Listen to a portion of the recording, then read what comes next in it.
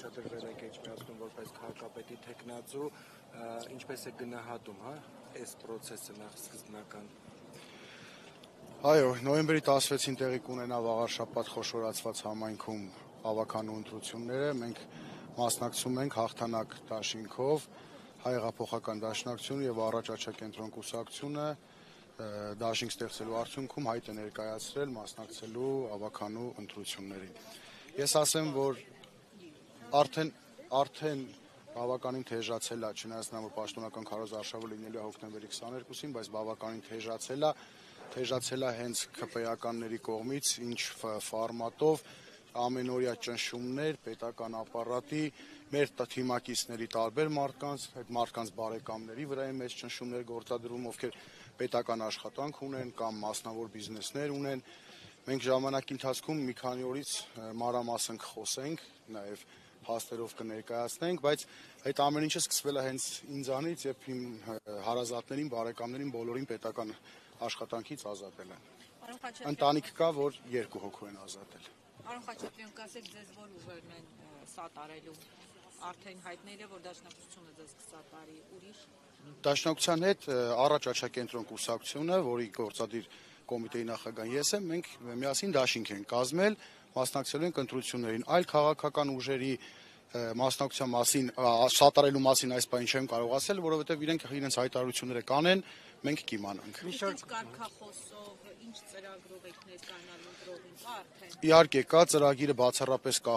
կապված է վաղարշաբաթ խոշորացված համայնքի հետ, Էջմիածին քաղաքի հետ, Խոյ համայնքի հետ, գյուղական համայնքների հետ, որտեղ շատ աշխատանքներ կան անելու, մենք այս ընթացքում գյուղական բնակավայրերում տարբեր ոլորտի ներկայացուցիչների հետ հանդիպումներ ենք ունեցել, գրեթե կարևորագույն 5-10 խնդիրները գրեթե բոլոր գյուղերում նույնն են։ Գիտենք, դրա մասին նախընտրական ծրագրում ներառելու ենք եւ պաշտոնական քարոզչության ընթացքում հանդիպումներով ներկայացնելու ենք ժողովրդին։ Այո, կարգախոսը լինելու է եկել է ժամանակը։ Եվ անվան հետ կապված է հաղթանակ դաշինք, դուք ասել եք, որ ոչ թե լինելու է Փարաքար 2, ասել եք ոչ թե լինելու է Գյումրի 2, լինելու է Փարաքար 2, այսինքն ձգտում եք հաղթանակի, բացարձակ հաղթանակի։ Այո, մենք ձգտում ենք բացարձակ հաղթանակի եւ մենք ունենալու ենք հաջողություն։ Ես նախորդը նշեցի, հիմա էլ եմ նշում, որովհետեւ ինչի համար է դա իշխանական թեզն է Գյումրի 2 չի լինելու, կարծես լոզունգ են սարքել։ Ես ինքս էլ եւ մեր թիմն էլ համոզված ենք, որ իհարկե Գյումրի 2 չի լինելու է Փարաքար 2 ընտրական մասով։ Չնայած Փարաքարում հետևանքները ողբերգական էին, մեր լավ ընկերոջը դաժանաբար կյանքից զրկեցին, Վալոդյան մեր ընկերներ, հայրենասեր, ընկերասեր, շատ լավ անձնավորություն, որի համար բոլորս մեծ ցավ ապրեցինք։ Այստեղ ակնկալում են մարդիկ, որ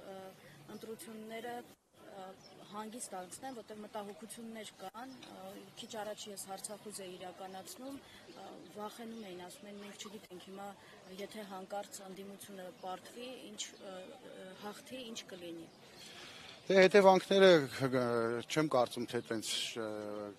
այսպես ասած կանխատեսելի չեն, դա ընտրություններից հետո կերևա, երբ որ ընդդիմությունը հաղթի, բայց կարծում եմ ամեն բան նորմալ կլինի, չնայած նրան, որ այսօրվա իշխանություններից ամեն ինչ սպասելի է։ Տեսեք, նախորդ երկու ընդդիմադիր համայնքապետեր, ովքեր հաղթեցին ընտրություններում, Վարդան Ղուկասյանը եւ Վալոդյանի մասին խոսեցինք, շատ ուժեղ ճնշումներ է հիմա ես մամուլով տեղեկանում եմ Գյումրու քաղաքապետի վրա, ընդհանուր մինչև մեքենան առանց որևէ հիմքի տանում են Տուգանային հրապարակ, դրանով փորձում են նաև վաղարշապատություն վախեցնել, վաղարշապատություն ցույց տալ, որ եթե քաղաքացիական պայմանագիրը չհաղթի, այսպիսի քայլեր կլինեն, ինչ որ լինում է Գյումրիում, ինչ որ լինում է Փարաքարում, բայց մենք այդ ամեն ինչից չենք վախենում, մենք թիմով շատ հաստատակամ գնում ենք առաջ հաղթանակի։ Քաղաքացի ծեծվել է, այդպիսի տեղեկատվություն կար, որ իշխանություններին քննադատող գրառում է արել, որի համար ծեծի է ենթարկվել։ Ես ինքս էլ անկեղծ ասած մամուլից եմ տեղեկացել